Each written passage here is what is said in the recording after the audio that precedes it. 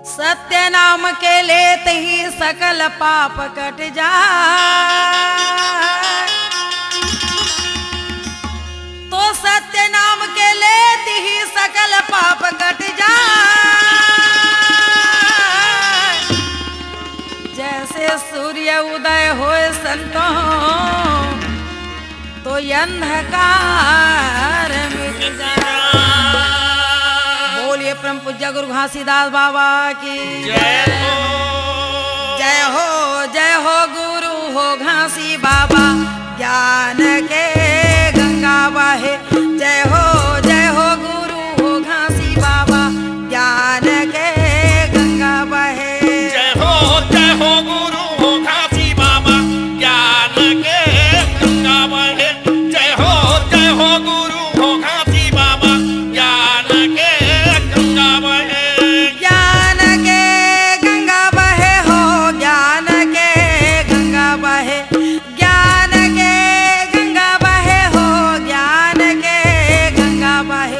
जय हो गुरु हो घासी बाबा ज्ञान के गंगा बहे। जय हो गुरु हो घासी बाबा ज्ञान के गंगा बहे।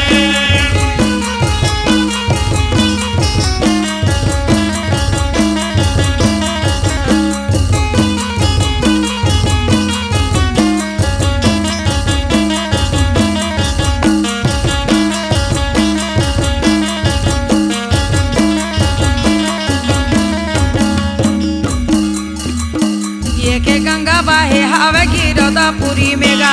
ये गंगा बहे संतो गिरदापुरी में गा। ये के गंगा बहे हवे गिरदापुरी में गा। ये गंगा बहे संतो गिरदापुरी में गा। गिरदापुरी में संतो गिरदापुरी में गा। गिरदापुरी में संतो गिरदापुरी में गा। सात पुरुष हले है अवतार ज्ञान के गंगा बहे। जय हो गुरु हो घासी बाबा ज्ञान के गंगा बहे।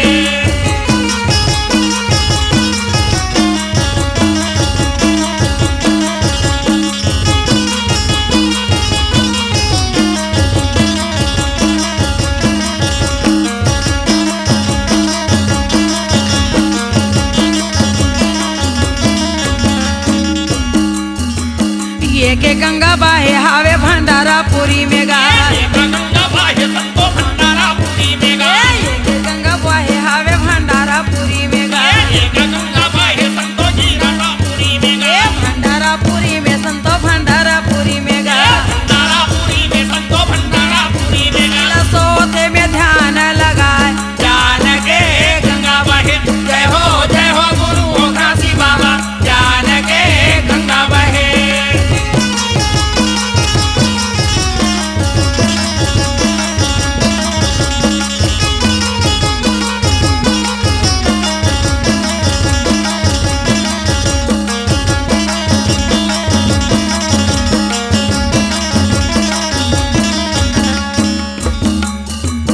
ये के गंगा बहे है तेलासीपुरी में गा। ये गंगा बहे संतो तेलासीपुरी में गा।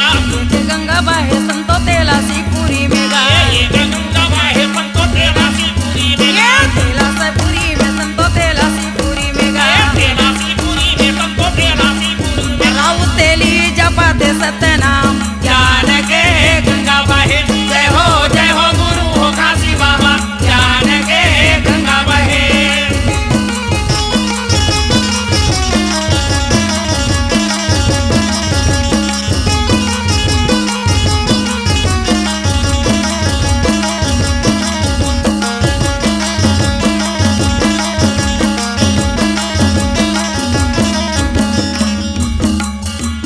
ये के गंगा बहे हवा कुमाली गाँव में।